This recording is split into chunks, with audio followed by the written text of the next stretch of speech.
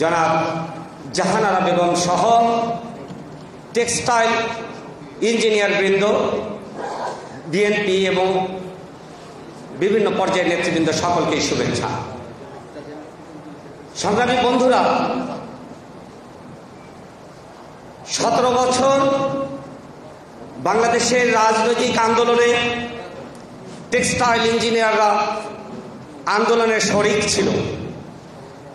কারণ আমরা জানতাম শহীদ রাষ্ট্রপতি জিয়াউর রহমান উৎপাদনমুখী শিল্প ব্যবস্থায় টেক্সটাইলকে ধারণ করেছিলেন বুকে। উনি তার 19 দফার একটি দফায় এনেছিলেন এই উৎপাদনমুখী শিল্প ব্যবস্থাকে। তার ভিতরে যেরকম টেক্সটাইল শিল্প ছিল, ঠিক অনুরূপভাবে বাংলাদেশের জাতীয়তাবাদী দলের ভারপ্রাপ্ত চেয়ারম্যান, যিনি ইতিমধ্যেই বাংলাদেশের 18 কোটি জনতার নয়নের মণি হয়ে প্রকাশ পেয়েছেন, সেই শ্রদ্ধেয় নেতা, ভারপ্রাপ্ত চেয়ারম্যান আজ হতে 2 বছর আগে তিনি 31 দফা রাষ্ট্র কাঠামো মেরামতের 31 দফা এই জাতির সামনে উপস্থাপন করেছেন। ঠিক 31 দফার ভিতরে এই উৎপাদনমুখী শিল্প ব্যবস্থাও রেখেছেন। যদি এই বাংলাদেশে বিএনপি ক্ষমতায় আসে, আমরা বলবো ইনশাআল্লাহ বাংলাদেশে বিএনপি ক্ষমতায় আসবে। আজকের যিনি প্রধান অতিথি আছেন উনি আমাদের নেতা, উনি টেক্সটাইল ইঞ্জিনিয়ারদের নেতা, উনি পেশাজীবীদের নেতা।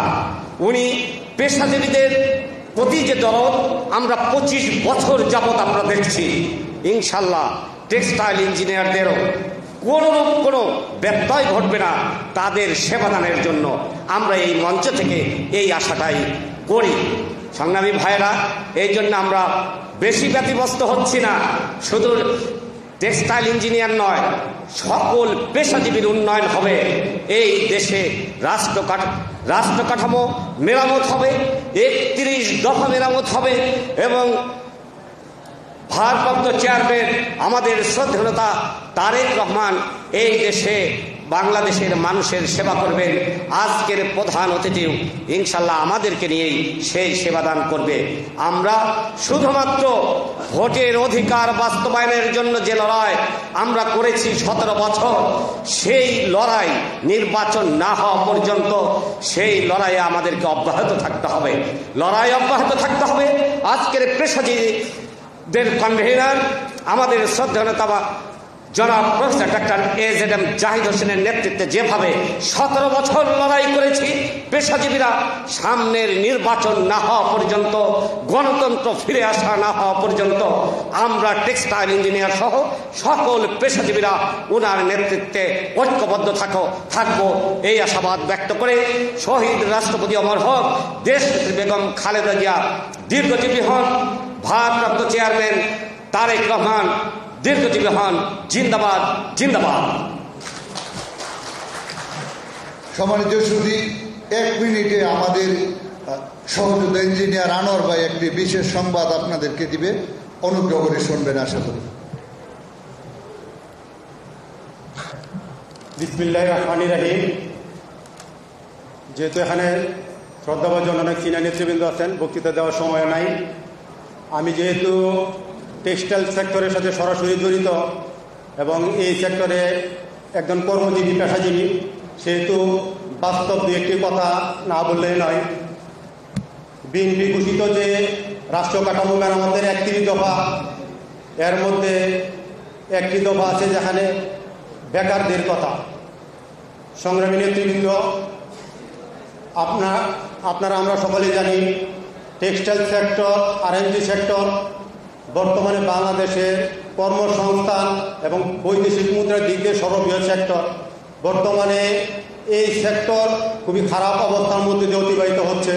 বিগত ব্রিটিশ হাসিনা সরকারের আমলে দেশের বিদ্যুৎ এবং গ্যাস সেক্টর অনেক অনিয়ম এবং দুর্নীতি হয়েছে।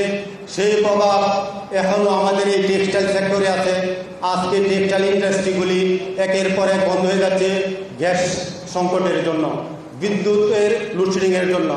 আমাদের যদি এই 31 দফা প্রকৃত সুফল পেতে হয় আমাদের এই বৃহৎ সেক্টর, এই টেক্সটাইল সেক্টরকে বাঁচিয়ে রাখতে হবে।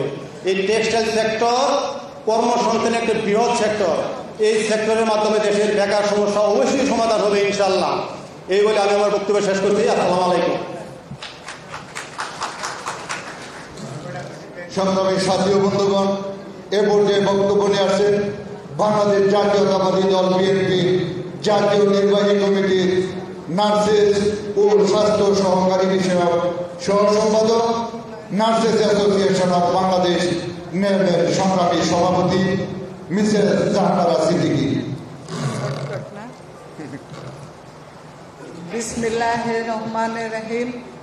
টেক্সটাইল ইঞ্জিনিয়ার কর্তৃক আয়োজিত আজকের আলোচনা সভার সম্মানিত সভাপতি ফখরুল আলম, উপস্থিত প্রধান অতিথি জাতীয় নির্বাহী কমিটির সদস্য অধ্যাপক এজেডএম জাহিদ হোসেন এবং সম্মিলিত পেশাজীবী পরিষদের আহ্বায়ক, উপস্থিত সালাম ভাই, উপস্থিত খায়রুল ভাই, জাতীয় নির্বাহী কমিটির সদস্যবৃন্দ, উপস্থিত নেতৃবৃন্দ, উপস্থিত আমাদের ইঞ্জিনিয়ার ভাইয়েরা, আসসালামু আলাইকুম।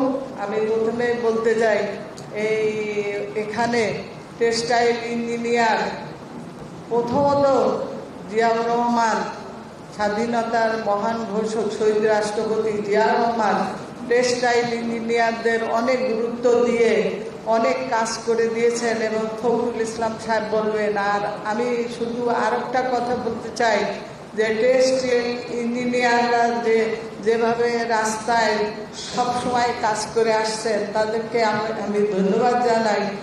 আর 19 দফা কর্মসূচির ভিতরে আরও দুইটা দফা বলি।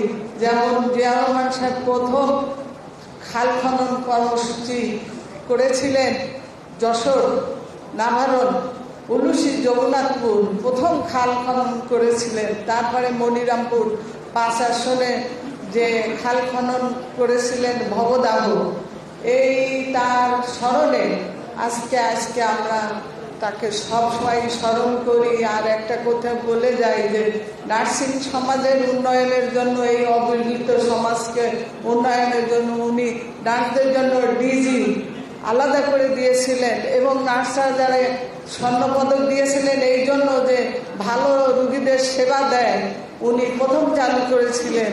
আর প্রথম শিক্ষা ব্যবস্থা উন্নয়নের জন্য নার্সিং কলেজ প্রতিষ্ঠা করে দিয়েছিলেন।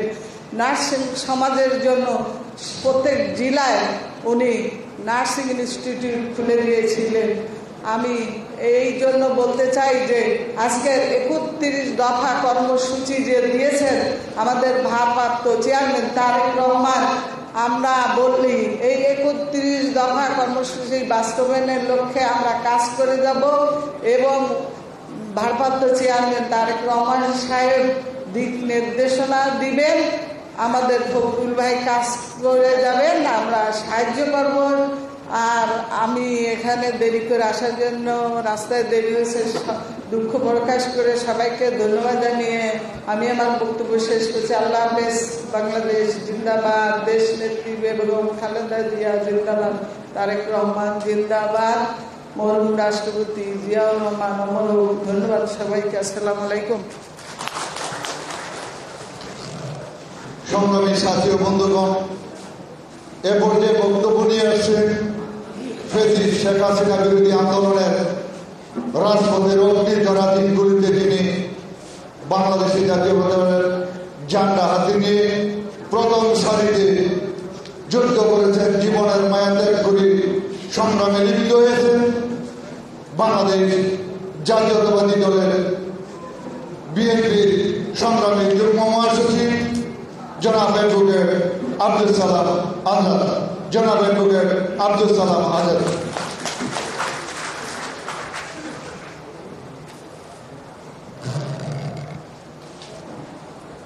বিসমিল্লাহির রহমানির রহিম। যেটা আয়োজিত আজকে আগামী দিনের রাষ্ট্র পরিচালনার কিছু নীতি নির্ধারণ বা প্রস্তাবিত 31 দফা দাবি আমাদের দলের থেকে আমাদের রাষ্ট্রচিন্তাবিদ, আমাদের জননেতা তারেক রহমানের পক্ষ থেকে এই 31 দফার দাবির রাষ্ট্র মেরামত এই বিষয়ে আজকের এই আলোচনা সভা সিনেসপদ সভাপতি আমাদের ফখরুল আলম, আমি ফখরুল আলমকে ধন্যবাদ জানাই। অতি অল্প সময় অর্থাৎ এই সংগঠনটাকে একটি জাতীয় পর্যায়ে রূপরেখা দিতে পেরেছিলেন, যে আমাদের দলের আজকে 46তম বছর চলছে, তার মধ্যে এই 9 বছর অর্থাৎ 8 বছর পূর্বে আমি ফখরুলকে দেখেছি কোথাও 20 জন, কোথাও 25 জন করে বিভিন্ন সময় বিভিন্ন কর্মসূচি, কখনো 100, কখনো 150, অর্থাৎ পর্যায়ক্রমে তার নেতৃত্বের মধ্যে দিয়ে আজকে এই প্রতিষ্ঠানটি একটি বিশাল প্রতিষ্ঠানের রূপ ধারণ করেছেন। এই জন্য আমি সকলকে এবং আপনাদেরকে ধন্যবাদ জানাই যে আপনারা জাতির নেতৃত্ব দেওয়ার জন্য, জাতিকে প্রতিষ্ঠিত করার জন্য, দেশ উন্নয়নের লক্ষ্যে আপনারা ঐক্যবদ্ধ হয়ে এই দলটি জাতির মুখপাত্র হিসাবে আমাদের ভারপ্রাপ্ত চেয়ারম্যানের আরেকটি অঙ্গ হিসাবে আপনারা দাঁড়িয়েছেন। এর জন্য আপনাদেরকে ধন্যবাদ জানাই। বন্ধুরা আমার, উপস্থিত আছেন আমার অত্যন্ত শ্রদ্ধাবান ব্যক্তি, দীর্ঘদিন তার চিকিৎসা সেবার মধ্যে থেকেও এ দলের জন্য যে অক্লান্ত পরিশ্রম করেছেন, তার সাথে প্রায় আমার 30 বছরের পূর্বের সম্পর্ক, অর্থাৎ এই সংগঠন দিয়ে আমার নেত্রী যখন বিরোধী দলের নেত্রী ছিলেন 86-96 পূর্বে, তখন তার সাথে আমার সাক্ষাৎ হয় বিরোধী দলের নেত্রীর বাসায়, অর্থাৎ চট্টগ্রামে। আমরা একটা লং মার্চ অথবা একটা প্রোগ্রামে আমরা যাব, এবং সেই দিন থেকে যে ধারাবাহিকতাভাবে এই দলের বিভিন্ন নেতৃত্ব নিয়ে আজকে এই জাতীয়তাবাদী দলের অভিভাবক তুল্য নেতার অবস্থান আছেন, এবং জাতীয়তাবাদী দলের স্থায়ী কমিটির অন্যতম সদস্য ডাক্তার জাহিদ ভাইকেও ধন্যবাদ জানাই। কারণ তিনি ডাক্তারি পেশার মধ্যে থেকেও এই দলের মধ্যে অংশগ্রহণ করে পাশাপাশি একটি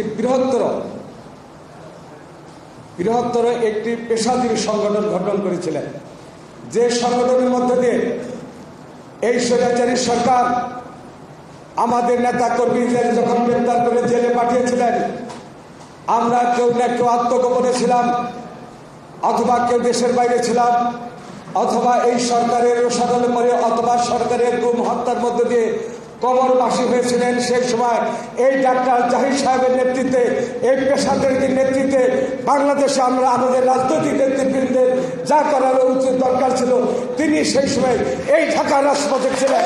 এ কারণে আমি ডাক্তার জাহিদকে আমি আমার দলের পক্ষ থেকে আন্তরিক ধন্যবাদ এবং মোবারকবাদ জানাই। উপস্থিত আছেন ছাত্র রাজনীতির কিংবদন্তি, জাতীয়তাবাদী ছাত্র দলের সাবেক নেতা, সাবেক সাধারণ সম্পাদক এবং বাংলাদেশ জাতীয়তাবাদী দলের সম্মানিত যুগ্ম মহাসচিব, আমার অত্যন্ত আপনজন জনাব ফাইনুল কবির খোকন সহ আমাদের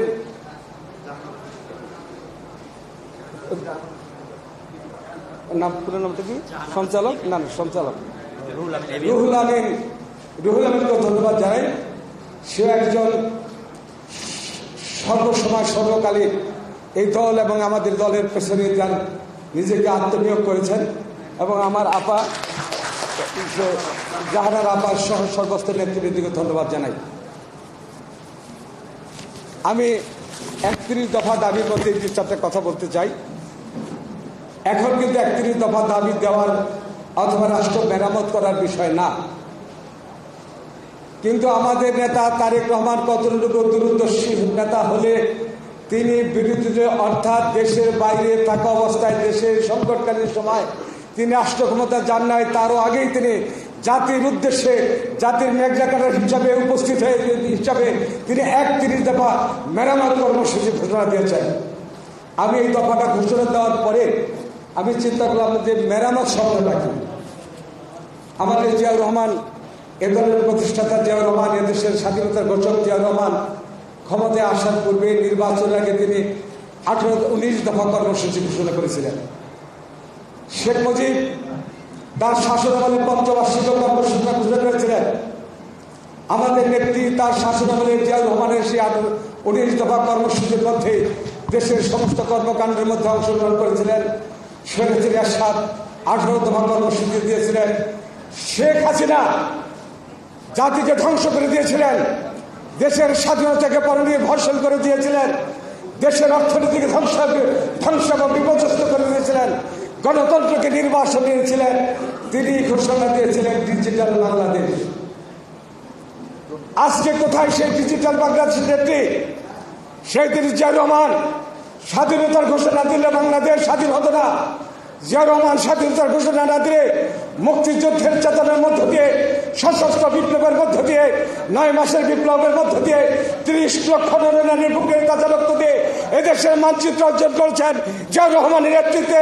জিয়াউর রহমানের নেতৃত্বে সেই জিয়াউর রহমানকে স্বৈরাচারী শেখ হাসিনা বলতেন, দেশপ্রিয় বলতেন, তাকে বলতেন পাকিস্তানের অনুচর, পাকিস্তানের গুপ্তচর। আরেকদিকে সেই শেখ মুজিব যখন ক্ষমতায় এসেছিলেন, জিয়াউর রহমান নামটি পর্যন্ত শেখ মুজিব গ্রহণ করে নাই। যিনি নেতৃত্ব না দিলে দেশের স্বাধীনতা আসতো না, যিনি নেতৃত্ব না দিলে বাংলাদেশ স্বাধীন হতো, সেই জিয়াউর রহমানকে শেখ মুজিব এবং শেখ হাসিনা প্রত্যাখ্যান করেছিলেন। একটা মধ্যে কারণ ছিল জিয়াউর রহমান যদি বেঁচে থাকে, স্বাধীনতা 1000 বছর বেঁচে থাকবে বাংলাদেশের মানুষের কাছে। জিয়াউর রহমান যদি বেঁচে থাকে, গণতন্ত্রের শব্দ আসলে এই জিয়াউর রহমান বেঁচে থাকবে যতদিন গণতন্ত্র থাকে। এ কারণে বলবো, শেখ মুজিব তার পঞ্চবার্ষিকী ঘোষণা দিয়ে বাংলাদেশকে তলাবিহীন ছুরিতে পরিণত করেন। প্রায় আমাদের 40,000 মায়ের বুক খালি করেছিলেন। সমস্ত গণতন্ত্রকে ধ্বংস করে দিয়ে একদলীয় শাসন ব্যবস্থা কায়েম করেছিলেন ওই স্বৈরাচারী শেখ মুজিব পঞ্চবার্ষিকী ঘোষণা করে। তারপরে আমার জিয়াউর রহমানের আবির্ভাব, এদের সিপাহী বিপ্লবের মধ্য দিয়ে তিনি ঘোষণা করেছেন দেশে যাহা কিছু হয়েছে সমস্ত কিছু ফরগেট, আসুন আমরা ঐক্যবদ্ধ হই, দেশ থেকে গড়ি, দেশ থেকে গঠন করে গণতন্ত্র মানুষের হাতে ফিরিয়ে দেয়। তার নেতৃত্বে বহুদলীয় গণতন্ত্র প্রতিষ্ঠা লাভ করে দিল। সমস্ত দলগুলো স্বাধীনতা অর্জন করেছিল। সমস্ত সংবাদপত্রের সাংবাদিকরা মনের মাধুরী দিয়ে সমস্ত রকম লিখতে পারতেন, বলতে পারতেন। তারপরে বেগম খালেদা জিয়া যতদিন ক্ষমতা ছিলেন, তার নেতৃত্ব গণতন্ত্রের প্রিয়পদ, গণতন্ত্রের তৃণমূল পর্যন্ত পৌঁছে দিয়েছিলেন। সাংবাদিকদের স্বাধীনতার তাদের হাতে তুলে দিয়েছিলেন। এদেশের গণমানুষের বলার অধিকার ছিল, দেশটি উন্নয়নের শীর্ষে নিয়ে গেছিলেন। কিন্তু আমরা কি দেখলাম, দেশি বিদেশি ষড়যন্ত্রের মধ্যে দিয়ে ওই স্বৈরাচারী সরকার, ওই শেখ হাসিনার নেতা, সেই শেখ মুজিবের স্বৈরাচারী শেখ মুজিবের নেতা শেখ হাসিনা আবার ক্ষমতায় এসে যে কাজটি শেখ হাসিনা করেছিলেন, খুন, গোল, লুণ্ঠন এবং অত্যাচার নির্যাতন করে বাবার মতো করে শেখ হাসিনা বাংলাদেশকে ধ্বংস করে চেয়েছিলেন। এই শেখ হাসিনা বাংলাদেশ উন্নয়নের নামে ডিজিটাল বাংলাদেশ করেছিলেন। আপনার আজকে সেই বাংলাদেশকে ধ্বংসের মুখে নিয়ে বাংলাদেশকে সেই পরনিষ্পর্শীল করা হয়েছিল, বিদেশি রাষ্ট্রের কাছে বাংলাদেশকে তুলে দিয়েছিল। যে কারণে 18 সালের নির্বাচনে হোসেন মোহাম্মদ, 14 সালের নির্বাচনে, 18 সালের নির্বাচনে আমরা নির্বাচনে যেতে চাই নাই। হোসেন মোহাম্মদ এরশাদকে ভারতের স্বরাষ্ট্রমন্ত্রী আছে, তাকে নির্বাচনে যেতে বাধ্য করা হয়েছিল। তার একটি মাত্র কারণ, এই শেখ হাসিনা ক্ষমতা এসে বাংলাদেশকে ভারতের একটি অঙ্গরাজ্য পরিণত করেছিলেন। এ কারণে বেগম খালেদা জিয়া বলেছিলেন, গণতন্ত্র প্রতিষ্ঠা না হওয়া পর্যন্ত, একক তত্ত্বাবধায়ক সরকারের অধীনে নির্বাচন না হওয়া পর্যন্ত আমি বেগম খালেদা জিয়া এই স্বৈরাচারী সরকারের কোন নির্বাচন অংশগ্রহণ করবো না। যে কারণে তাকে কারাগারে যেতে হয়েছে। কারাগারে গিয়েও বেগম খালেদের যে কোনো আপস ফর্মুলায় বিশ্বাস করে নাই, কারাগারকে তিনি বরণ করেছিলেন। ওই কারাগারে নিয়ে তাকে বিষ প্রয়োগ করা হয়েছে, তাকে শারীরিকভাবে যেন মৃত্যু হয়ে যায় আমাদের নেত্রী, সে কারণে তাকে পয়জন দেওয়া হয়েছিল। এই বিষয়ে বিস্তারিত বলতে পারবেন আমাদের নেত্রীকে শুরু থেকে যিনি সেবা দিয়ে যাচ্ছেন আমাদের ডাক্তার জাহিদ ভাই, তার মুখে বিস্তারিত শুনবেন। আজকে আমাদের এই দফা নিয়ে যদি প্রশ্ন আসে, এই বেগম খালেদা জিয়া আমাদের সেই আমাদের শেখ হাসিনা ডিজিটাল বাংলাদেশ করতে গিয়ে আমাদের ব্যাংকগুলোকে লুটপাট করা হয়েছে, আমাদের হাজার হাজার নেতাকর্মীকে হত্যা করা হয়েছে, আমাদের প্রায় 60 লক্ষ নেতাকর্মীর বিরুদ্ধে মামলা হয়েছে, আমাদের ভারপ্রাপ্ত চেয়ারম্যানকে দেশান্তরিত করা হয়েছে। পারে নাই ওই জিয়া রহমান পরিবারকে ধ্বংস করে দেওয়ার জন্য যেটা ছিল শেখ হাসিনার উদ্দেশ্য, বেগম খালেদা জিয়াকে জেলে নিয়েই আর জিয়া পরিবার থাকবে না। আল্লাহ রক্ষা করেছেন আমাদের তারেক রহমান ওই 13,000 মাইল থেকে গুজরাট গিয়ে জাতিকে ঐক্যবদ্ধ করেছিলেন। ওই জাতি ঐক্যবদ্ধ হয়েছিল বলে সর্বশেষ জুলাই আগস্টের আন্দোলনের মধ্য দিয়ে এই স্বৈরাচারী শেখ হাসিনা পালিয়ে যেতে বাধ্য হয়েছে। আজকে সেই ভারতের মধ্যে থেকে অনেক রকম ষড়যন্ত্র করা হচ্ছে। আমরা ভারত সরকারকে জানিয়ে দিতে চাই, এই অপরাধীকে ফিরিয়ে দেওয়া হোক, এই গণহত্যাকারীকে ফিরিয়ে দেওয়া হোক।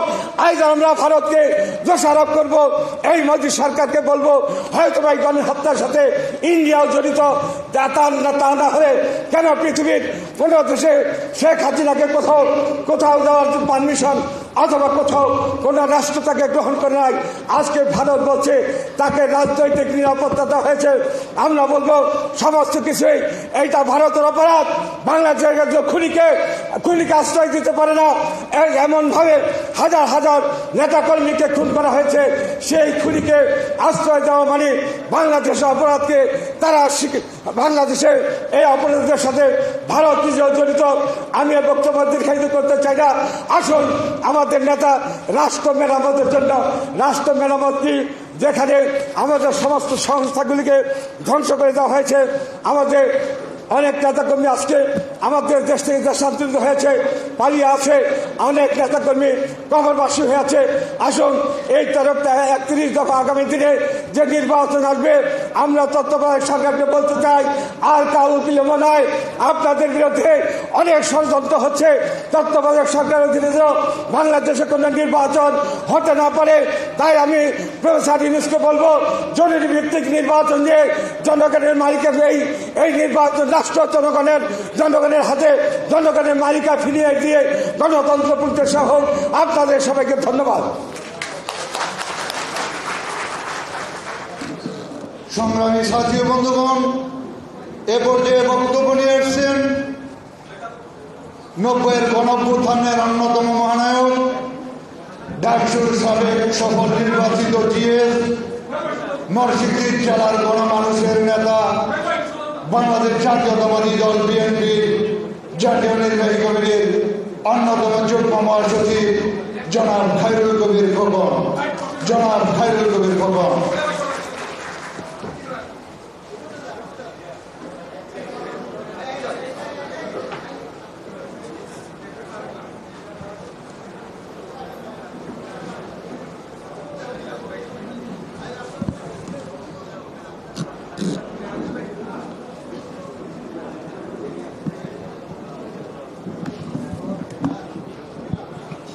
বিসমিল্লাহির রহমানির রহিম।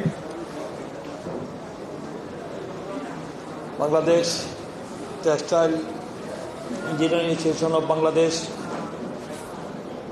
জেটেপ এর উদ্যোগে আয়োজিত আজকের এই 31 দফা রাষ্ট্র সংস্কার রাষ্ট্র মেরামতের উপর শীর্ষক এই আলোচনা সভার সম্মানিত সভাপতি, আমার অত্যন্ত স্নেহাস্পদ অনুপ্রতিম আপনাদের প্রিয় নেতা জেটেপের সভাপতি, বিগত ফেসিবাদ বিরোধী আন্দোলনের যে নেতৃত্ব দিয়েছেন, সাহসী নেতৃত্ব দিয়েছেন, সেই আমার প্রিয় সহকর্মী জনাব ইঞ্জিনিয়ার ফখরুল আলম উপস্থিত আছেন। আজকের অনুষ্ঠানের মাননীয় প্রধান অতিথি, আমার অত্যন্ত শ্রদ্ধাভাজন প্রিয় নেতা, আপনাদের পেশাজীবী জাতীয়তাবাদী পেশাজীবী সংগঠনের আহ্বায়ক, বাংলাদেশ জাতীয়তাবাদী দল জাতীয় স্থায়ী কমিটির অন্যতম সদস্য, বিশিষ্ট চিকিৎসক, আমাদের প্রাণপ্রিয় নেত্রী, বিএনপির চেয়ারপারসন দেশনেত্রী বেগম খালেদা জিয়ার প্রধান চিকিৎসক, সংগ্রামী জননেতা, অত্যন্ত সুবক্তা professor doctor AJM Zahid Hossain ভাই, উপস্থিত আছেন আমার আরেক প্রিয় সহকর্মী, বাংলাদেশের জাতীয়তাবাদী দল জাতীয় নির্বাহী কমিটির সংগ্রামী যুগ্ম মহাসচিব, বিশিষ্ট আইনজীবী আমাদের অ্যাডভোকেট আব্দুল সালাম আজাদ সহ সম্মানিত আলোচকবৃন্দ, সম্মানিত সুধীবৃন্দ, উপস্থিত প্রিয় ভাই ও বোনেরা, আসসালামু আলাইকুম। প্রিয় বন্ধুরা, আমি বক্তব্য প্রলম্বিত করব না। আমার যার বক্তব্য শোনার জন্য আমরা দীর্ঘক্ষণ যাবৎ বসে আছেন, আজকে প্রধান অতিথি তার সারগর্ব মূল্যবান বক্তব্য উপস্থাপন করবেন। আমি প্রথমে আন্তরিকভাবে অভিনন্দন জানাচ্ছি আজকে একটি চমৎকার সময়োপযোগী 31 দফা রাষ্ট্র মেরামতের বিষয় নিয়ে আজকে যে আলোচনার আয়োজন করেছে তার জন্য আমি জেটাপকে আন্তরিকভাবে অভিনন্দন এবং ধন্যবাদ জানাচ্ছি। প্রিয় বন্ধুরা, আজকে ফ্যাসিবাদ বিরোধী এই দীর্ঘ 16 বছরে এবং সর্বশেষ বৈষম্য বিরোধী ছাত্র আন্দোলনের ছাত্র গণঅভ্যুত্থানের মধ্য দিয়ে যারা আত্মহত্যা দিয়েছেন, জীবন উৎসর্গ করেছেন, শহীদ হয়েছেন, শাহাদত বরণ করেছেন, সেই সকল শহীদদের বিধি আত্মার প্রতি আমি গভীর শ্রদ্ধা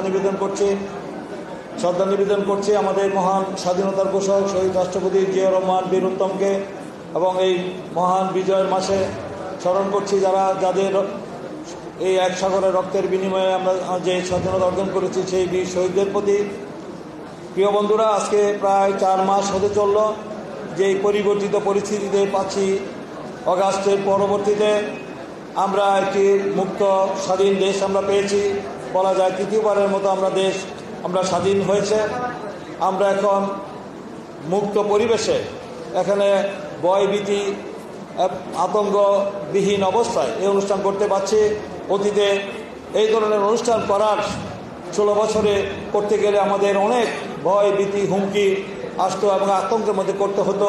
কারণ এই দীর্ঘ 16 বছরে দেশের যে অন্যায় অত্যাচার, নিপীড়ন, নির্যাতন, গুম, খুন, হামলা, মামলা এবং দেশে যে একটি গণতান্ত্রিক লেবাসে দেশকে একটি ভয়ঙ্কর ভয়াবহ অবস্থা সৃষ্টি করেছিল এবং দেশের সমস্ত রাষ্ট্রীয় প্রতিষ্ঠানকে তারা ধ্বংস করে ফেলেছিল। নির্বাচন কমিশন থেকে শুরু করে, জুডিশিয়াল থেকে শুরু করে, বিচার ব্যবস্থা থেকে শুরু করে, পুলিশ ব্যবস্থা থেকে শুরু করে আমাদের মানুষের মত প্রকাশের স্বাধীনতা, আইনের শাসন, বিচার বিভাগের স্বাধীনতা কিছুই ছিল না। দেশকে ধ্বংসের ধার মধ্যে দাঁড় করে দিয়েছিল এবং দেখেছেন অর্থনীতিকে একটা চরম বিপর্যয়ের দিকে ঠেলে দিয়েছিল। এখন দেশের শুধু ধ্বংসই করেনি, দেশকে খাদের কিনারে দাঁড় করে দিয়েছিল। আজকে সেই অবস্থা থেকে দেশ ফিরে আসছে। মানুষের যে আশা আকাঙ্ক্ষা প্রত্যাশা, যে পরিবর্তিত পরিস্থিতিতে যে মানুষের দীর্ঘ 16 বছর, এই আপনারা কি ভোট দিতে পেরেছেন? 16 বছর এই ফ্যাসিস্ট হাসিনা আমলে আপনারা কি ভোট দিতে পেরেছেন? কেউ ভোট দিতে পারেন নাই। তো আপনারা কি আগামী দিনে একটি অবাধ, সুষ্ঠু, গ্রহণযোগ্য, অংশগ্রহণমূলক, ইনক্লুসিভ, ক্রেডিবল একটি ইলেকশন হোক আপনারা চান না? সেই নির্বাচন আজকে 4 মাস হলো। 4 মাসের মধ্যে আমরা দেখতে পাচ্ছি যে মানুষের যে এই শহীদের রক্তের বিনিময়ের মধ্য দিয়ে যে একটি অন্তর্বর্তীকালীন সরকার প্রতিষ্ঠা হলো, যে আন্তর্জাতিক খ্যাতিসম্পন্ন আমাদের যে নোবেল বিজয়ী আমাদের যে অত্যন্ত প্রিয় ব্যক্তি আমাদের ডক্টর মোহাম্মদ ইউনূস, তিনি যে সরকার গঠন করেছেন তার কাছে আমাদের প্রত্যাশা অনেক বেশি না? কি বলেন? জাতির প্রত্যাশা অনেক বেশি ছিল, কিন্তু সেই প্রত্যাশা কি পূরণ হচ্ছে? সেই প্রত্যাশা তারা পূরণ করতে ব্যর্থ হচ্ছেন। তার কারণে মানুষের মনে ক্ষোভ, মান, অভিমান এবং তা ক্ষোভ সৃষ্টি হচ্ছে। মানুষের অনেক কষ্টের মধ্যে রয়েছে। এখনো পর্যন্ত আমরা দেখতে পাচ্ছি যে এই সংস্কারের কথা বলে তারা নির্বাচনে সুনির্দিষ্ট কোনো রোড ম্যাপ এখনো তারা দিতে পারছেন না। তারা ভাষা কথা বলছেন। কিন্তু তারা বলছেন যে আগে সংস্কার তারপরে নির্বাচন।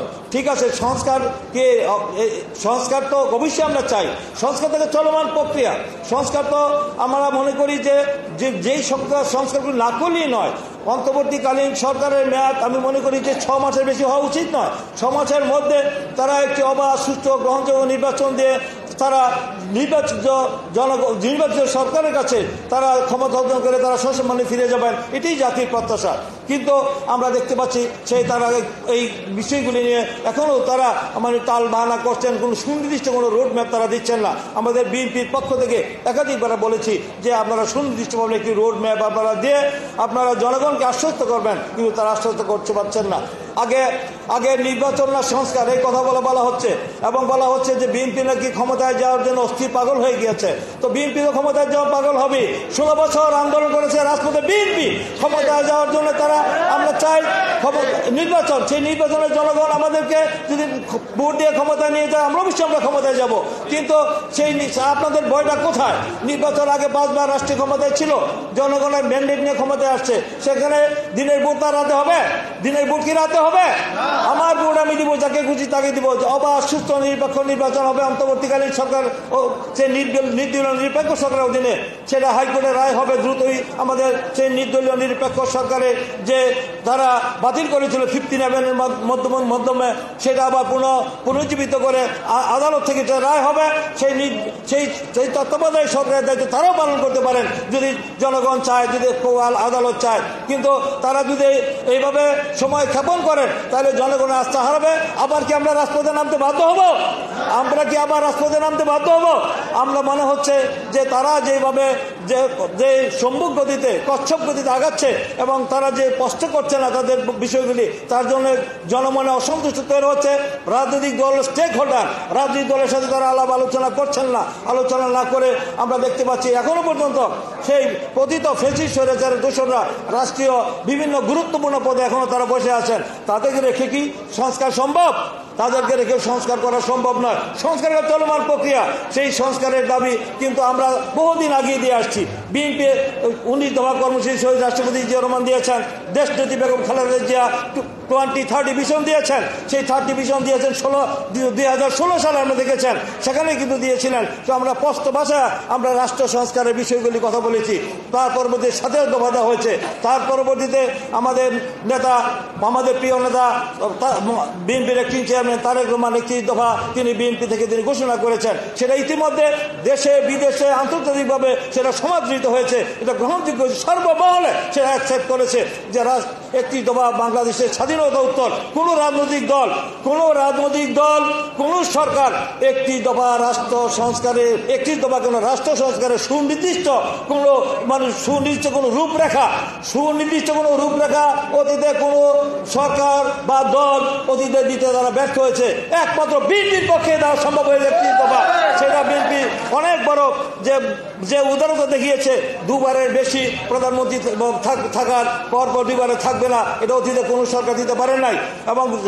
এবং দেখেছেন জাতীয় সরকারের কথা বলেছেন এবং দ্বিকক্ষ বিশিষ্ট পার্লামেন্টের কথা বলেছেন, অতীতে কোনো সরকার বলে নাই। আপনি 31 দফাটা যদি পরে দেখেন, সেই 31 দফার মধ্যে আপনারা দেখবেন যে 31 দফাটা যে রাষ্ট্রের মুক্তির সনদ, সেই 31 দফার মধ্যে সেখানে কিন্তু বিএনপির কোনো কথা লেখা নাই। এই দেশের জনগণের অধিকার আদায়ের কথা, জনগণ কি চায় সেই কথা বলেছে। আওয়ামী লীগ কি দিতে পেরেছে? 16 বছর তারা লুটপাট করেছে, দুর্নীতি করেছে, দলীয়করণ করেছে, দেশের সম্পদ বিদেশে পাচার করেছে, 27 লক্ষ কোটি টাকা বিদেশে পাচার করেছে, 18 লক্ষ কোটি টাকা বৈদেশিক ঋণের দায় চাপিয়ে দিয়েছে। এবং দেখতে পাচ্ছেন প্রতিদিনই তাদের দুর্নীতির ফিরিস্তি জাতীয় গণমাধ্যমগুলিতে প্রকাশ পাচ্ছে কি পরিমাণ লুটপাট দুর্নীতি করে তারা দেশকে ধ্বংস করে দিয়েছে অর্থনীতিকে। তাই এই সরকারের কাছে জনগণের প্রত্যাশা যে অতি দ্রুত সময়ের মধ্যেই আপনারা এই সংস্কার শেষ করে আপনারা যে সংস্কার কথা বলতে চান শেষ করে দ্রুত নির্বাচন দেন। 6 মাসের বেশি লাগার কথা না। তো দ্রুত আপনারা আগামী 2025-2026-এর প্রথমের কথা বলছেন, সে সুনির্দিষ্টভাবে তারা আপনারা বলেন নাই। সেখানে জনগণ কি চায়? জনগণ চায় নির্বাচন। তারা চায় যে অনতিবিলম্বে একটি অবাধ সুষ্ঠু নির্বাচনের মাধ্যমে জনগণের সরকার প্রতিষ্ঠা হবে এবং সংবিধানের যে সংবিধানের সাথে অনুচ্ছেদে রয়েছে, এই রাষ্ট্রের ভূখণ্ডের মালিক দেশের জনগণ। তাই জনগণ দীর্ঘদিন যাবৎ ভোটাধিকার থেকে বঞ্চিত হয়েছে। এই ভোটাধিকারের জন্য আমরা আন্দোলন করেছি, লড়াই করেছি নির্দলীয় নিরপেক্ষ সরকার অধীনে নির্বাচনের জন্য। আবার যদি আমরা এই অন্তর্বর্তীকালীন সরকারের যে মানুষের আশা আকাঙ্ক্ষা প্রত্যাশা, এই যে ১৫,০০০-এরও বেশি আমাদের যে জীবন দিয়েছে, বিএনপির ৪০০-রও বেশি নেতাকর্মীকে জীবন দিতে হয়েছে এই শুধু ৪ মাসেই। আর দীর্ঘ ১৬ বছর আন্দোলনে ৬০ লক্ষ মামলা হয়েছে এবং আমাদের প্রায় ১৪০০-রও বেশি ইলিয়াস আলী চৌধুরী আলম সহ ১৪০০-রও বেশি গুম হয়েছে। ৩,০০০-এর বেশি আমাদের নেতাকর্মীদেরকে এক্সট্রা জুডিশিয়াল কিলিং, বিচার বহির্ভূত হত্যাকাণ্ড আমাদের করা হয়েছে। এবং দেখেছেন কিভাবে সাজা দিয়ে অন্যায় অত্যাচার নিপীড়ন নির্যাতন করে বিএনপি পরিবারকে, বেগম খালেদা জিয়া, তারেক রহমানকে তার রাজনীতি থেকে চিরতরে বিচ্ছিন্ন করার জন্য, তারা রাজনীতি থেকে দূরে সরে রাখার জন্য অনেক চক্রান্ত ষড়যন্ত্র করেছে। এখনো সেই ষড়যন্ত্র অব্যাহত রয়েছে, এখনো মাইনাস ষড়যন্ত্র তারা করছে। আমরা বিভিন্নভাবে শুনতে, দেশীয় আন্তর্জাতিক অনেক চক্রান্ত হচ্ছে। সেই চক্রান্তের ব্যাপারে আপনার সজাগ থাকতে হবে। কোন চক্রান্ত ষড়যন্ত্র করে আমাদের এই অর্জিত এই বিজয়কে কোনো নস্যাৎ করার সুযোগ দেওয়া যাবে না। পতিত স্বৈরাচারে আবার আসার কোনো সুযোগ করে দেওয়া যাবে না। এবং তাদেরকে পতিত ফ্যাসিস্ট স্বৈরাচারী হাসিনার আওয়ামী লীগকে বাংলাদেশে রাজনীতি করার আর কোনো নৈতিক অধিকার নাই। তারা বাংলাদেশে রাজনীতি করতে পারবে না, করার অধিকার তাদেরকে জনগণ আর দিবে না। তাই যদি কোনো রকম শৈথিলতা দেখান, কোন অন্তর্বর্তীকালীন সরকার কেউ যদি আওয়ামী লীগের সেই পতিত ফ্যাসিস্টদেরকে, যারা গণহত্যাকারী, তাদের সাথে যদি ভারতের সাথে সুর মিলিয়ে কেউ কথা বলেন, তাদেরকেও আইনের আদালত তাদেরকে জনগণের কাছে জবাবদিহি করতে হবে। তাই আসুন আমরা ঐক্যবদ্ধভাবে আমাদের সকল এই আন্দোলনের মধ্যে দিয়ে অর্জিত এই গণতন্ত্রের জন্য ভিন্ন পথে আমাদের অন্য ভিন্ন খাতে প্রবাহিত করার কোনো সুযোগ কেউ না পায়। কোনো চক্রান্ত ষড়যন্ত্র করে আমাদের এই অর্জিত এই বিজয়কে যেন নস্যাৎ করতে না পারে, সেই ব্যাপারে আমরা সজাগ থাকতে হবে। কারণ আমরা ৬৯-এর গণঅভ্যুত্থান করেছি, ৭১-এর স্বাধীনতার ঘোষণা, স্বাধীনতার যুদ্ধ করেছি, ৯০-এর সব ছাত্র গণঅভ্যুত্থান করেছি। আমরা গত ৫ই অগাস্ট আমরা আন্দোলন করে হাসিনার পতন ঘটিয়েছি। আবার আমরা কি আন্দোলন করতে চাই না? আমরা রাজপথ গরম করতে চাই না? আমরা জানি আন্দোলন কিভাবে করতে হয়, দাবি কিভাবে আদায় করতে হয় আমরা জানি। তাই আমাদেরকে যেন রাজপথে নামতে না হয়, তার জন্য অন্তর্বর্তীকালীন সরকারের কাছে আমাদের বিনীত অনুরোধ, এই সরকারের কাছে, এই অন্তর্বর্তীকালীন সরকারের কাছে জনগণের আশা আকাঙ্ক্ষা প্রত্যাশা আস্থা অনেক বেশি। তাই আপনারা আমাদেরকে বাধ্য করবেন না আমরা যেন রাজপথে নামতে হয়। তাই অনতিবিলম্বে আপনাদের আপনারা নির্বাচিত সরকার না, আপনার অনির্বাচিত সরকার, আপনারা জনগণের কাছে আপনাদের দায়বদ্ধতা নাই, জবাবদিহিতা নাই। তাই নির্বাচিত সরকারের কাছে দায়বদ্ধতা জবাবদিহিতা রয়েছে। তাই নির্বাচিত সরকারের কাছে আমরা ক্ষমতা হস্তান্তর করার জন্য সমস্ত আপনার ব্যবস্থা করুন। আপনারা আপনাদের প্রতিপক্ষ নন, আপনারা আপনাদের সহযোগী। আপনাদেরকে আমাদের নেতা তারেক রহমান বলেছে এটা আমাদেরই সরকার, আমরা এই সরকারকে ব্যর্থ হতে দিব না, আমরা সহযোগিতা করতে চাই। তাই আমাদের সহযোগিতা নিয়ে, রাজনৈতিক দলগুলির সহযোগিতা নিয়ে তাদের সাথে আলাপ আলোচনা করে সিদ্ধান্ত নেবেন। আমরা এককভাবে সিদ্ধান্ত নিয়ে আমরা ন্যায্য অবস্থা সৃষ্টি করে দেশকে আবার একটি অরাজকতার দিকে ঠেলে দিবেন, আবার অন্য কোনো ষড়যন্ত্র চক্রান্ত হোক, এটা দেশের জনগণ চায় না। আবার আমরা আন্দোলন করে আবার আমার এই দেশের ছাত্র জনতার জীবন দেব আমরা চাই না। তাই অবিলম্বে আপনারা আপনাদের দূরদৃষ্টির পরিচয় দিবেন, আমরা দেশপ্রেমের পরিচয় দিবেন। অবিলম্বে আপনারা আপনাদের দায়িত্ব পালন করার জন্য আপনার অন্তর্বর্তীকালীন সরকারের যে নিয়ম নীতি রয়েছে, যে বিষয়গুলি আপনার আলোচনা করে আপনার নির্বাচনের তারিখ ঘোষণা করে আমরা দ্রুত সময়ের মধ্যে একটি অবাধ, সুষ্ঠ, গ্রহণযোগ্য নির্বাচন দিয়ে সসম্মানে আপনারা ঐতিহাসিকভাবে আপনারা সসম্মানে থাকবেন। দেশ জাতির ক্রান্তি লগ্নের সংকট আপনার নেতৃত্ব দিয়েছেন, দেশ পরিচালনা করেছেন, আপনারা বাংলাদেশের মানুষ আপনাদেরকে শ্রদ্ধার সাথে স্মরণ করবে। তাই এই আশাবাদ ব্যক্ত করে আমাদের এই একটি দফা রাষ্ট্র সংস্কারের যে বিষয়গুলি রয়েছে, আগামী দিনে জনগণের নির্বাচিত সরকার এসে আমি মনে করি যে বিএনপির পক্ষ থেকে যে দাবিগুলি করা হয়েছে, সেই দাবিগুলি আগামী দিনে আমি মনে করি যে অবাধ, সুষ্ঠু, গ্রহণযোগ্য নির্বাচন হয়। সেই নির্বাচনে বাংলাদেশ জাতীয়তাবাদী দল, খালেদা জিয়ার দল, তারেক রহমানের দল, শহীদ রাষ্ট্রপতি জিয়া রহমানের দল 2/3 মেজরিটি সংখ্যাগরিষ্ঠ নিরঙ্কুশ আসনে বিজয়ী হবে। সেই নির্বাচনের মধ্যে দিয়ে আমরা আমাদের সকল দাবি দেওয়া একটি দফা আমরা বাস্তবায়ন করব। জনগণের কল্যাণে আমরা দেশ পরিচালনা করব। যদি জনগণ আমাদের রাষ্ট্রীয় ক্ষমতা দেয়। আমরা আমাদের নেতা কিন্তু ক্ষমতার কথা বলেন নাই, রাষ্ট্রের বলেছেন যে জনগণ যদি আমাদেরকে নির্বাচিত করে দেশ পরিচালনার দায়িত্ব দেয়, ক্ষমতা কথার মধ্যে কি দাম্ভিকতা অহংবোধ রয়েছে। ক্ষমতা হইল মহান রব্বুল আলামিন, তারপরে জনগণের। জনগণ যদি আমাদের নির্বাচিত করে, তাহলে আমরা যদি রাষ্ট্র পরিচালনার দায়িত্ব পাই, তাহলে আমরা জনগণের কল্যাণে 31 দফা আমরা বাস্তবায়ন করব। এই আশাবাদ ব্যক্ত করে সকলকে আন্তরিক অভিনন্দন ধন্যবাদ জানিয়ে আমার সংক্ষিপ্ত বক্তব্য শেষ করছি। খোদা হাফেজ। বাংলাদেশ জিন্দাবাদ।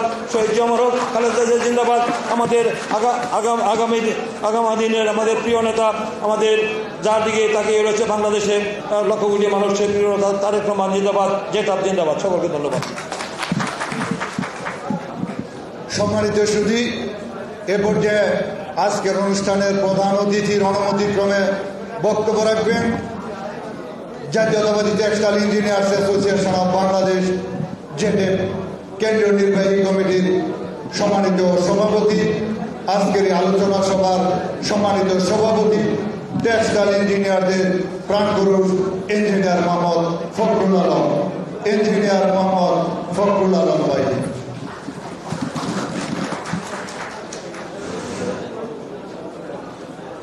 বিসমিল্লাহির রহমানির রহিম। বাংলাদেশ জাতীয়তাবাদী দল বিএনপি ভারপ্রাপ্ত চেয়ারম্যান তারেক রহমান কর্তৃক নির্দেশিত, বিএনপি কর্তৃক ঘোষিত রাষ্ট্র কাঠামো নির্মাণে 31 দফা প্রেক্ষিত টেক্সটাইল সেক্টর শীর্ষক আলোচনা সভার সম্মানিত প্রধান অতিথি,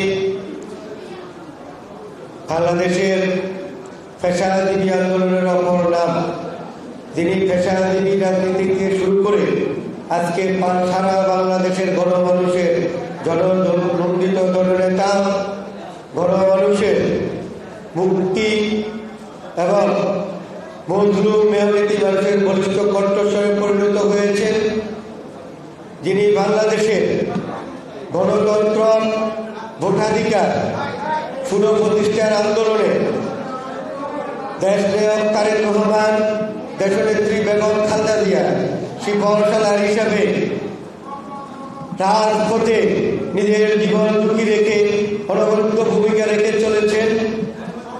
পেশাজীবী আন্দোলনের অপর নাম বাংলাদেশ সম্মিলিত পেশাজীবী পরিষদের সংগ্রামী আহ্বায়ক, বাংলাদেশ জাতীয়তাবাদী দল বিএনপির জাতীয় স্থায়ী কমিটির অন্যতম সদস্য ডাক্তার AZM জাহিদ হোসেন। মঞ্চে উপবিষ্ট আছেন বাংলাদেশ জাতীয়তাবাদী দল বিএনপি অন্যতম যুগ্ম মহাসচিব, গণতন্ত্র ভোটাধিকার পুনরুদ্ধার আন্দোলনে বিএনপির গ্যান্ডবার হিসেবে রাজপথে ভূমিকা রেখেছেন জনাব খায়রুল কবির খোকন। উপবিষ্ট আছেন মঞ্চে আরেক বিএনপির ভ্যানগার্ড, রাজপথের লড়াকু সৈনিক, বাংলাদেশ জাতীয়তাবাদী দল বিএনপির অন্যতম যুগ্ম মহাসচিব অ্যাডভোকেট আব্দুল সালাম আজাদ ভাই সহ মঞ্চে উপবিষ্ট জেটেবের সিনিয়র নেতৃবৃন্দ, মঞ্চের সামনে উপবিষ্ট জেটেবের নেতৃবৃন্দ, আপনাদের সবাইকে সংগ্রামী সালাম জানাচ্ছি। সংগ্রামী বন্ধুগণ, আপনারা জানেন একটা রাষ্ট্র বিনির্মাণ করতে হলে সেই রাষ্ট্রের অর্থনৈতিক ভিত্তি অত্যন্ত মজবুত হতে হয়। আর বাংলাদেশের নামক রাষ্ট্রের অর্থনৈতিক ভিত্তির অপর নাম টেক্সটাইল সেক্টর। তাই দেশনায়ক তারেক রহমান নির্দেশিত, বিএনপি ঘোষিত 31 দফা সফলতা নির্ভর করে এই টেক্সটাইল সেক্টরের সমৃদ্ধির উপর। কারণ সমৃদ্ধ টেক্সটাইল সেক্টর মানেই স্বনির্ভর বাংলাদেশ। অতএব স্বনির্ভর বাংলাদেশ গঠন করতে হলেই সবার আগে সমৃদ্ধ টেক্সটাইল সেক্টর নিশ্চিত করতে হবে। তাই বন্ধুগণ, এই 31 দফা সবার আগে এই টেক্সটাইল সেক্টরে বাস্তবায়ন করতে হবে। আমি টেক্সটাইল সেক্টরের সভাপতি হিসেবে টেক্সটাইল সেক্টরে হাজার হাজার সদস্য প্রত্যক্ষ পরোক্ষভাবে লক্ষ লক্ষ কর্মীর কর্মসংস্থান, ভোটের হিসাবে কোটি কোটি ভোটের যে স্থান, সেখানে অবশ্যই প্রতিটি কারখানা, প্রতিটি বিসি, প্রতিটি বিজেট, ঢাকা, চট্টগ্রাম, খুলনা, বরিশাল, নরসিংদী, সাভার, গাজীপুর সহ আমাদের প্রতিটি শিল্পাঞ্চলের প্রতিটি কারখানায় প্রতিটি শ্রমিক, কর্মকর্তা, কর্মচারী, মালিকদের মধ্যে আমাদের 31 দফার যে দেশটার তারেক রহমানের বার্তা, সেটা আমাদেরকে পৌঁছে দিতে হবে। যেটা এর উদ্যোগে 31 দফার উপরে যে ধারাবাহিক কর্মসূচি, আজকের যে আনুষ্ঠানিক উদ্বোধন, সেই উদ্বোধনের পরবর্তী সময় থেকে আমরা প্রতিটি ক্ষেত্রে আমরা সশরীরে গিয়ে আমরা ইউনিট করে কেন্দ্র ঘোষিত, যেটা কেন্দ্র কমিটি ঘোষিত ইউনিট যে সমস্ত দায়িত্ব দিবেন, আপনারা স্ব ইউনিট নিয়ে সেই দায়িত্ব পালন করে 31 দফা সফল বাস্তবায়ন করবেন, এই উদাত্ত আহ্বান রইল। বন্ধুগণ,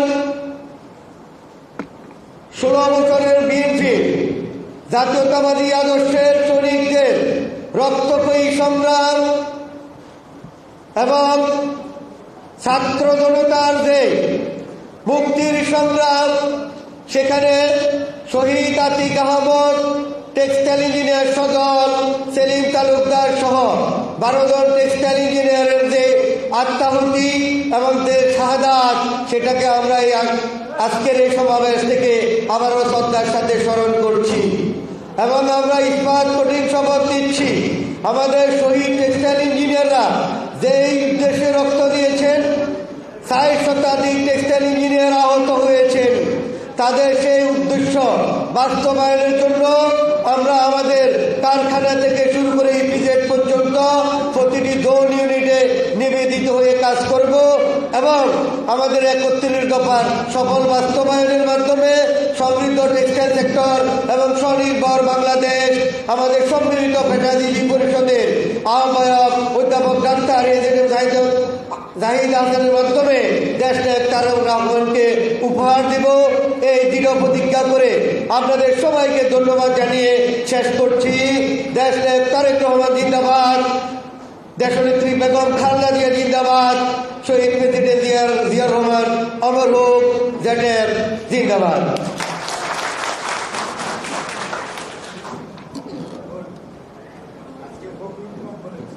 সংগ্রামী সাথী ও বন্ধুগণ, 2023 সালের 13 জুলাই বিএনপির ভারপ্রাপ্ত চেয়ারম্যান জনাব তারেক রহমান কর্তৃক জাতির সামনে উপস্থাপিত 31 দফা রাষ্ট্র কাঠামো মেরামতের 31 দফার আলোকে আজকের এই আলোচনা সভার সম্মানিত প্রধান অতিথি, বাংলাদেশ জাতীয়তাবাদী দল বিএনপি জাতীয় স্থায়ী কমিটির অন্যতম সদস্য, পেশাজীবী আন্দোলনের অন্যতম কিংবদন্তি নেতা, যার নেতৃত্বে দীর্ঘ 17 বছর 9 মাস 8 দিন বাংলাদেশের সকল পর্যায়ের পেশাজীবী নেতৃবৃন্দ আন্দোলন করে 5ই আগস্টের জন্ম দিয়েছেন, সেই প্রিয় নেতা বিএনপির জাতীয় স্থায়ী কমিটির সদস্য অধ্যাপক doctor AZ Zahid Hossain sir এ পর্যায়ে আপনাদের সামনে বক্তব্য রাখবেন।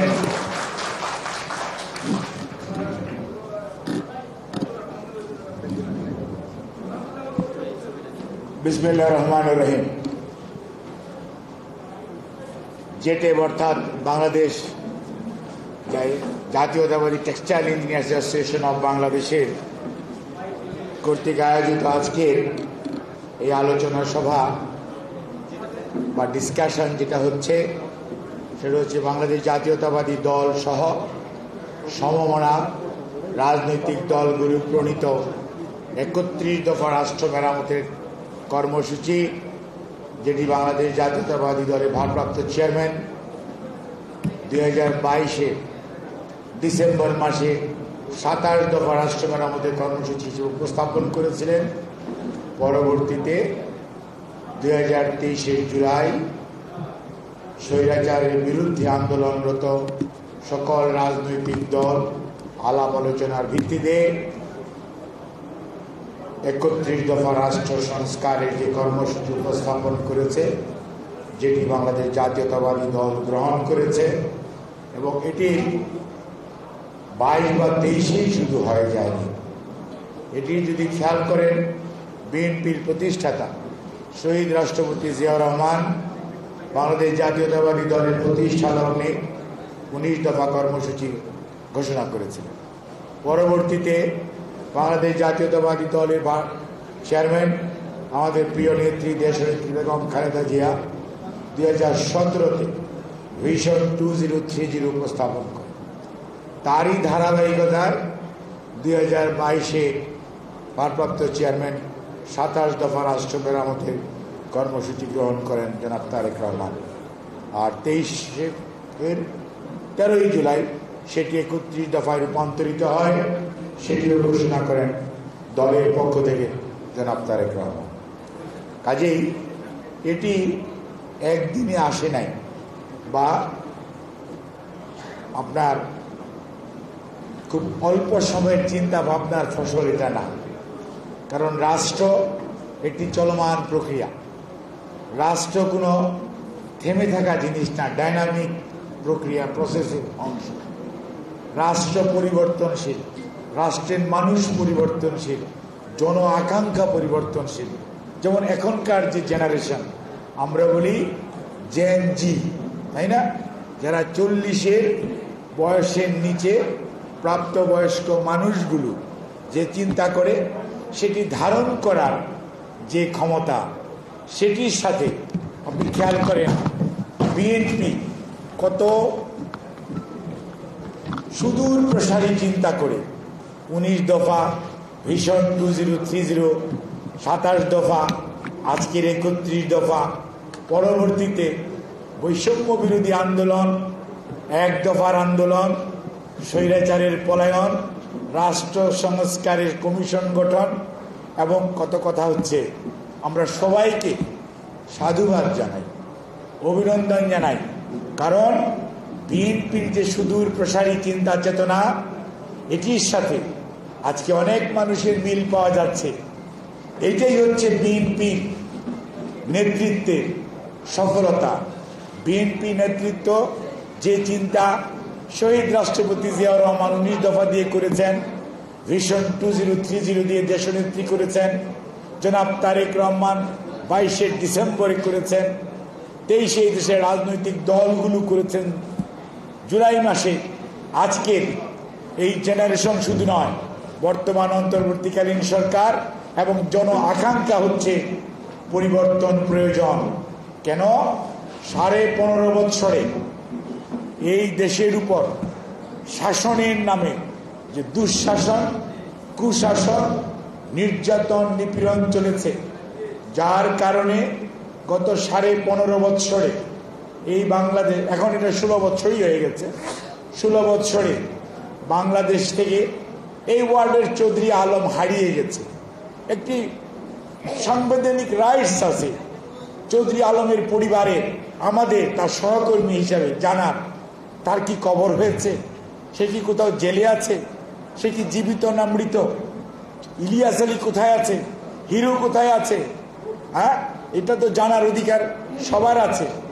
আপনি তুলে নিয়ে গিয়ে এখন কত গল্প, আয়না ঘর কেন হবে? স্বাধীন দেশ, পাকিস্তানিরা দেশ স্বাধীন করেন, দেশ পরিচালনা করছে না। বাঙালিদের মধ্য থেকে ভোটের নামে প্রহসন করে, নির্বাচন করে, প্রহসনের নির্বাচনের নামে দেশ শাসন করেছেন। উপহার দিয়েছেন গুম, উপহার দিয়েছেন খুন, উপহার দিয়েছেন আয়নাঘর, উপহার দিয়েছেন বাক ব্যক্তি স্বাধীনতা রহিতকরণ, উপহার দিয়েছেন কি জানি ডিজিটাল অ্যাক্ট। এই যে আজকে এত এত সাংবাদিক ভাইরা উপস্থিত, ইনারা আগে ছবি তুলতে পারতেন, রেকর্ড করতে পারতেন, প্রকাশ করতে পারতেন। 36 জুলাই বা 5 আগস্ট দুপুর 12টা পর্যন্ত এই সাংবাদিক বন্ধুরা অনেক ছবি তুলেছেন, প্রকাশ করতে পারেন নাই। 12টা 1 কি 2 মিনিটেই প্রথম শুরু হলো আপনাদের লাইভ ধারা বিবরণী, যার মাধ্যমে দেশের মানুষ জানতে পারল সকাল 9:30 থেকে কি কি ঘটনা ঘটেছে এবং কিভাবে স্বৈরাচার পালিয়ে যাচ্ছে। কাজে এই যে পরিবর্তন, এই পরিবর্তন কি একদিনে হয়েছে? একবারে হওয়ার কথা, হওয়ার সম্ভাবনা ছিল।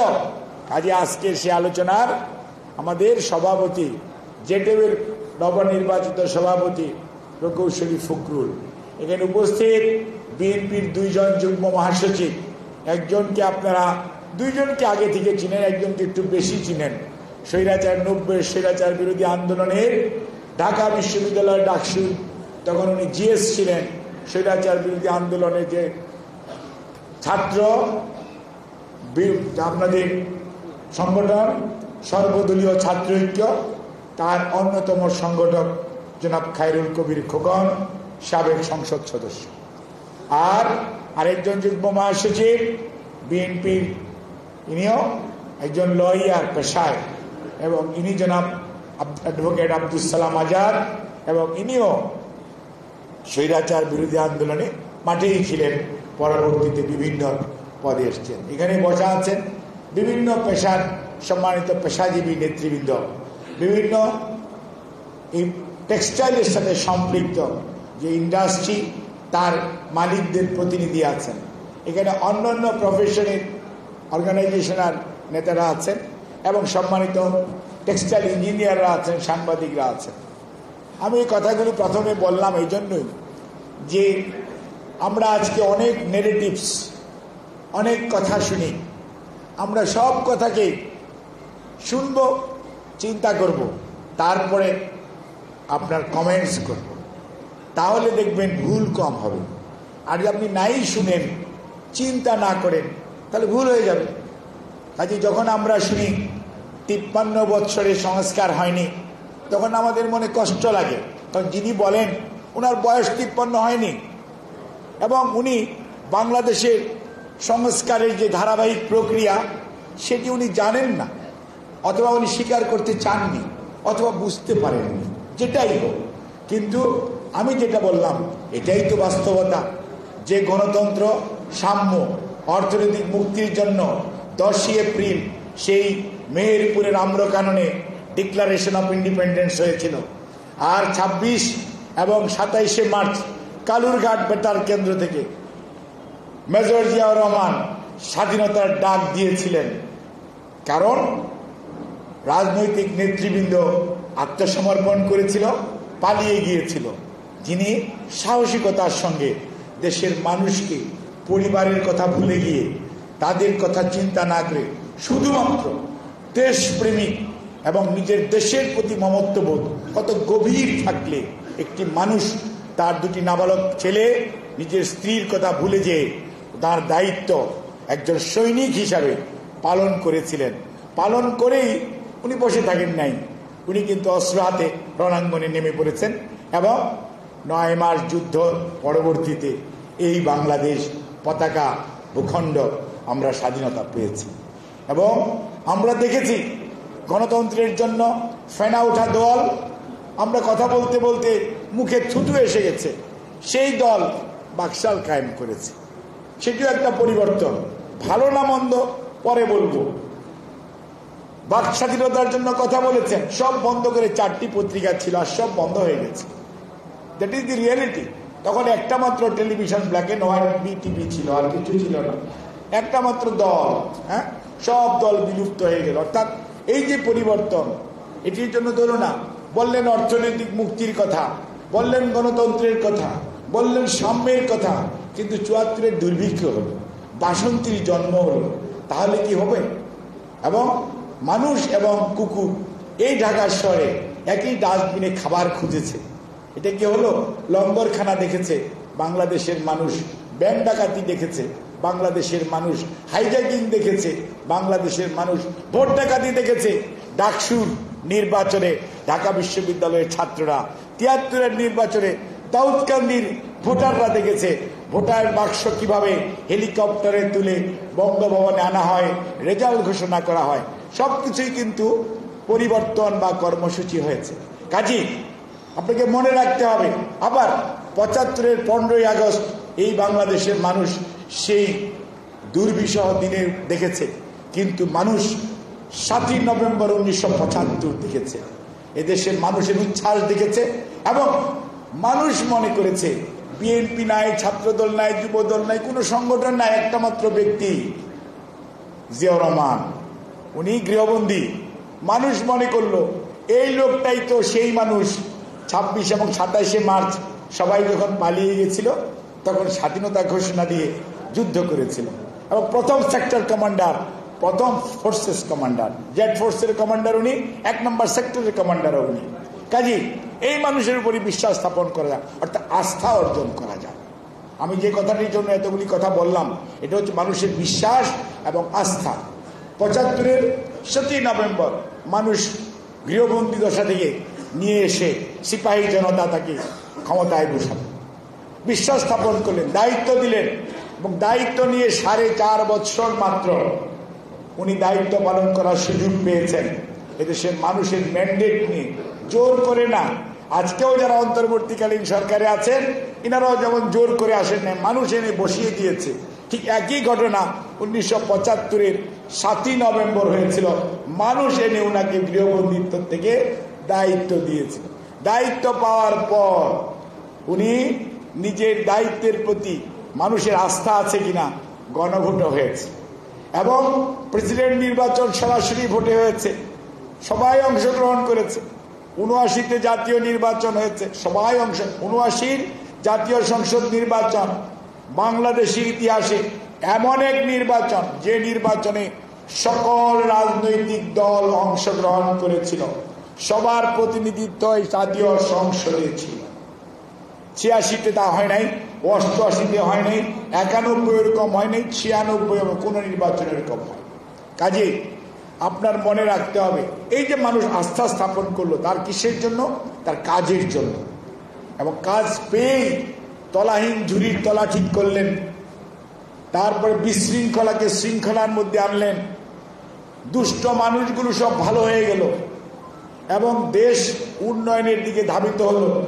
পৃথিবীর মানচিত্রে যারা আমাদেরকে দেখতে পারত না, যাদের সাথে আমাদের সম্পর্ক ছিল না, সেই মিডল ইস্ট বলেন আর আজকের আমেরিকা বা চায়নাই বলেন, যাদের সাথে আপনারা এত বাণিজ্য করেন, গার্মেন্টসরা বলবেন আমাদের তো মেইন রপ্তানি আমেরিকাতে হয়, কোনো সম্পর্কই ছিল না। সম্পর্ক স্থাপিত হলো, বিদেশে লোক যাওয়া শুরু হলো, টাকা আসা শুরু হলো, রেমিটেন্স, আপনারা বলেন রেমিটেন্স যোদ্ধা। এই যে আজকে ১ কোটি মানুষ, শুরু তো শহীদ জিয়াউর রহমানের হাত ধরে।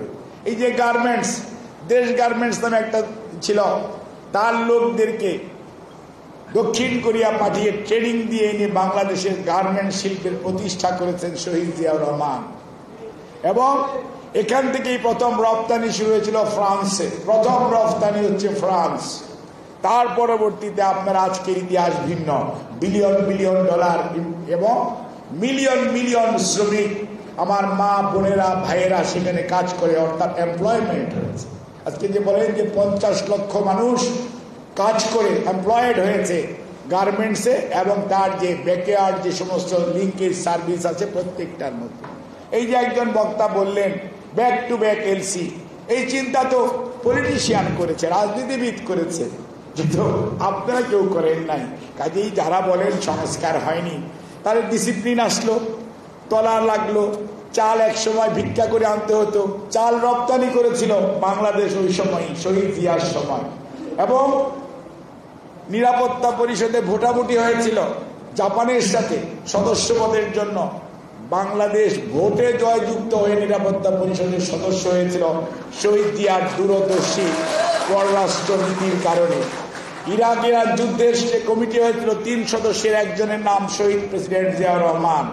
আজকে যারা হজ করতে যান আরাফাতের ময়দানে জিয়ারটি দেখেন, মানুষ বলে জিয়ারটি লাগানো কার হাতে? শহীদ জিয়াউর রহমান। অর্থাৎ একটি মানুষের ভীষণ কত মিশনারি হতে পারে যে উনি বাংলাদেশকে কোথায় কোন মর্যাদায় নিয়ে গেছেন, এবং সেটি যদি চিন্তা করেন তাহলে অবশ্যই স্বীকার করতে হবে রাজনীতিবিদদের অবদানকে অস্বীকার করা সত্যকে অস্বীকার করা। তার পরবর্তীতে নারী শিক্ষার কথাই বলেন বেগম খালেদা জিয়া।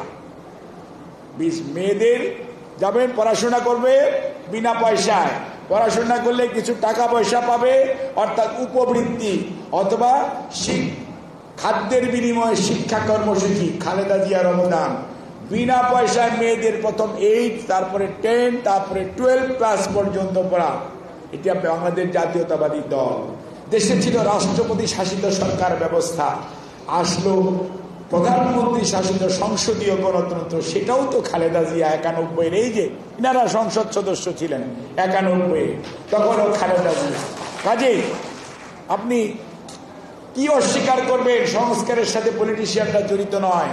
আজকে অর্থনীতি নিয়ে কথা বলেন, ভ্যাট যেই দিন বিএনপি সরকার 91 পরবর্তীতে প্রচলন করতে যায়, এই পতিত স্বৈরাচার তার দোসরদেরকে নিয়ে হরতাল করেছিল ভ্যাটের বিরুদ্ধে।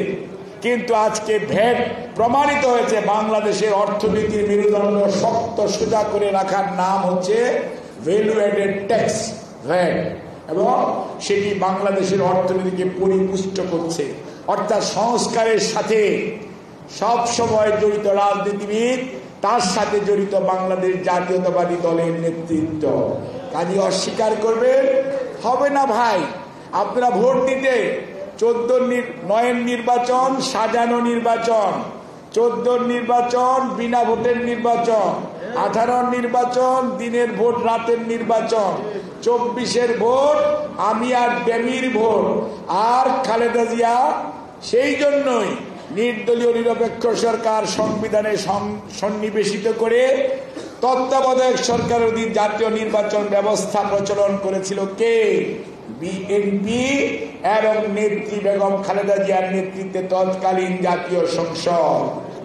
আজই এই সংস্কার ভুলে গেলে চলবে না, অস্বীকার করে চলবে না।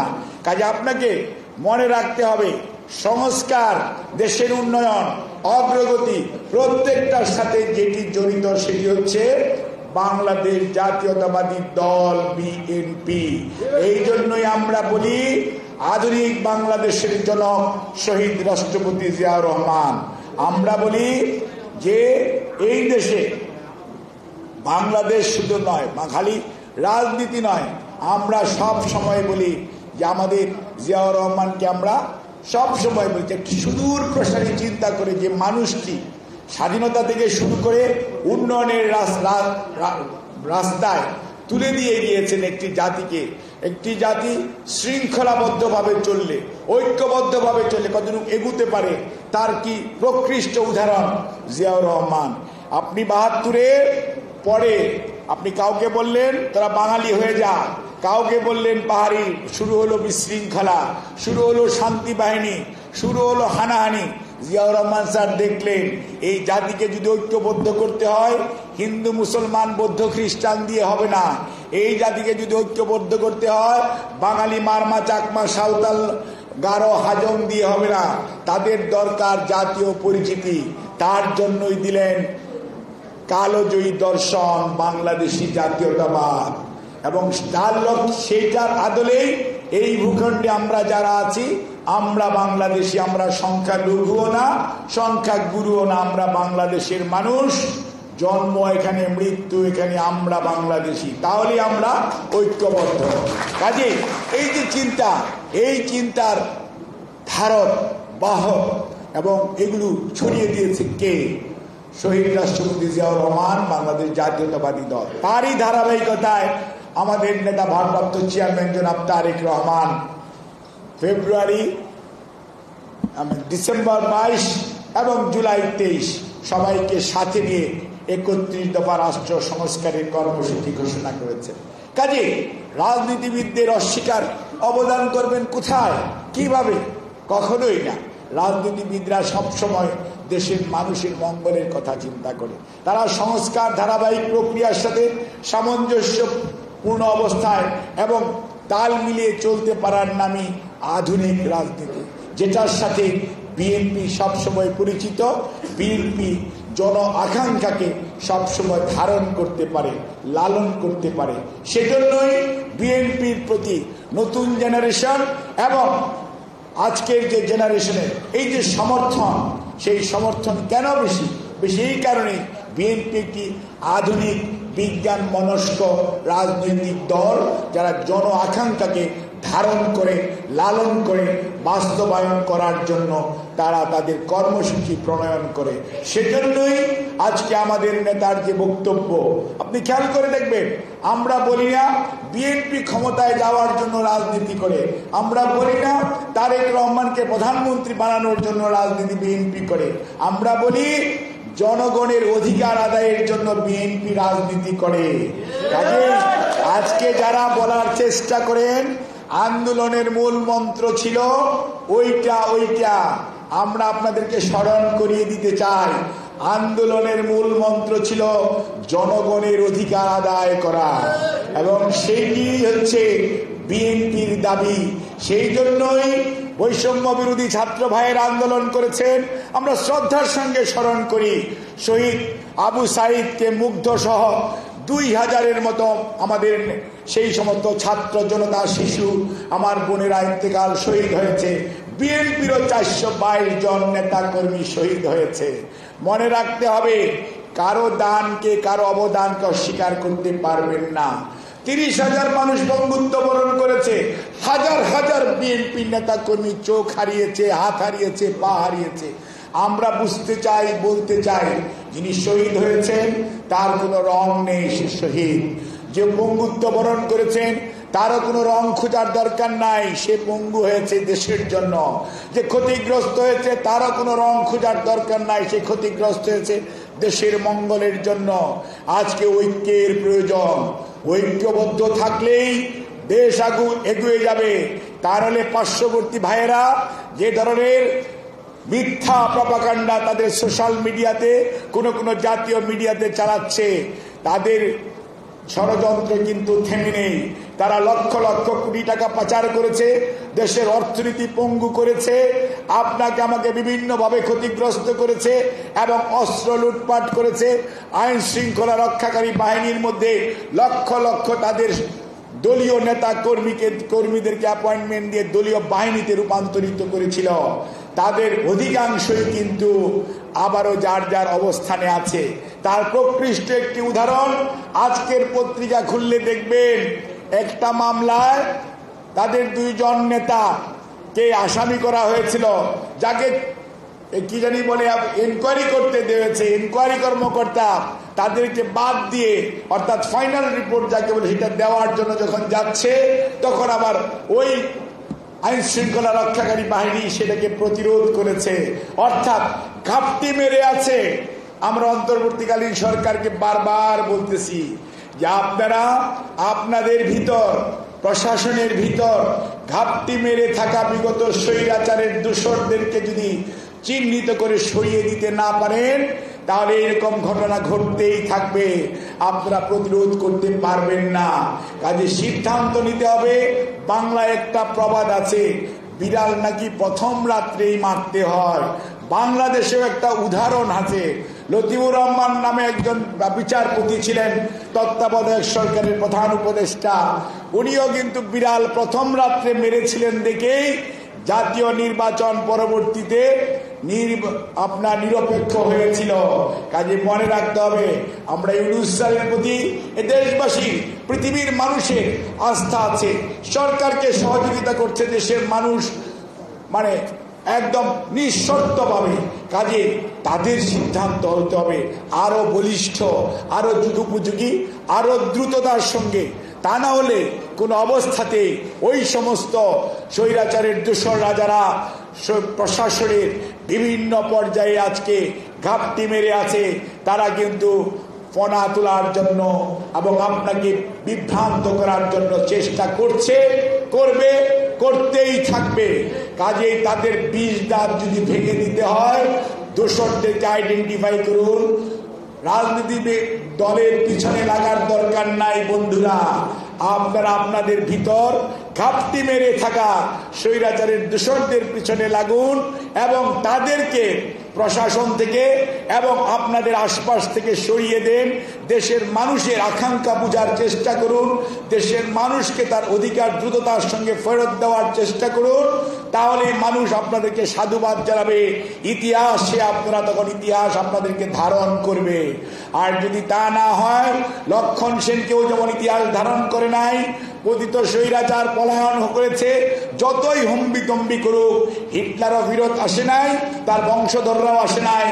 আপনার লক্ষণ সেনের গোষ্ঠীর কেউই আবার শাসন ব্যবস্থায় আসে নাই, আর পলাতক স্বৈরাচারও বাংলাদেশের শাসন ব্যবস্থায় ফেরত আসার কোনো সম্ভাবনা নাই। মনে রাখতে হবে, আজকে যারা শহীদ হয়েছেন তাদের রক্তের শপথ দিয়ে মনে রাখতে হবে বন্ধুদেরকে, ঐক্যর ভাঙন চেষ্টা করবেন না।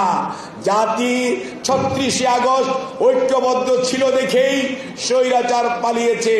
জাতি যদি তার ঐক্য প্রদর্শন করতে ব্যর্থ হতো, তাহলে সবাই আমরা ব্যর্থ হতাম। কাজে ঐক্য ধরে রাখতে হবে। ধরে রাখার জন্য যেটি প্রয়োজন, কমন এনিমি যেটি, সেটি আইডেন্টিফাই করুন এবং দ্রুততার সঙ্গে জনগণকে তার অধিকার আদায়ের সুযোগ দিন, প্রয়োগের সুযোগ দিন।